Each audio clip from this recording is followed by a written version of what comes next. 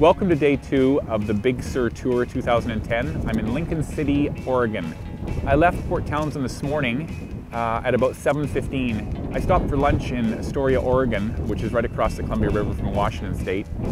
And it's a really cool town that's got a ton of history, and I took a few shots and went down by the river, and it was really neat. There's got a beautiful maritime museum there, and the town's definitely got a lot of history and background behind it. So very interesting place. I recommend it, Astoria, Oregon. Anyway, since then I've just basically continued down the coast and enjoyed the beaches and so on as we go. I've really felt pushed to do the mileage, so I haven't stopped very much and pulled the camera out. But it's still beautiful even from the seat of the motorcycle.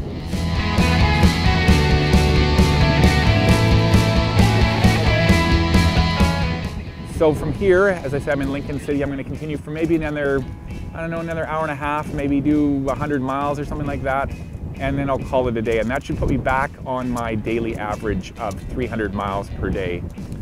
So that's it from here, Lincoln City, Oregon, on the Oregon coast.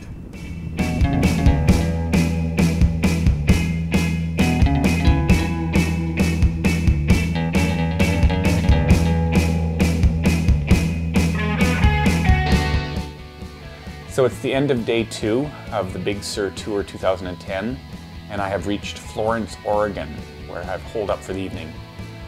I covered a total of about 420 miles today, or 650 kilometers, which for me is a very long day. I can definitely feel it. I had an interesting thing happen just very late in the day. I had pulled over to one of the many stops at the side of the road, and I was taking some video footage. In fact, I was taking these images that you're seeing right now, when this guy pulled up in a white van, and immediately it was apparent that he was completely hammered. So I told him, eventually I told him that, he'd been drinking, I knew that, and he was driving, and I said he shouldn't be driving, and I don't think he should keep going. But he had his own ideas, and I didn't want to go into a physical confrontation with him. So anyway, after a few minutes anyway, he left and headed north, and I headed south, hoping to flag down a state trooper at the first opportunity. I went about probably a couple of miles or so and hadn't seen anyone, so I finally decided that it just made sense to pull over and just call 911 on my cell phone. And I'm sure they went up and got him and found him good and pissed driving around on the coast of Oregon. I mean, I know I did the right thing, but I feel bad for him because I'm sure his life is probably in chaos. Anyone who's driving around drunk like that on their own in some van can't have everything going quite right. So I have definitely some sympathy for him, or empathy, but the fact is no one should be out there driving drunk, especially when people like me on motorcycles out there.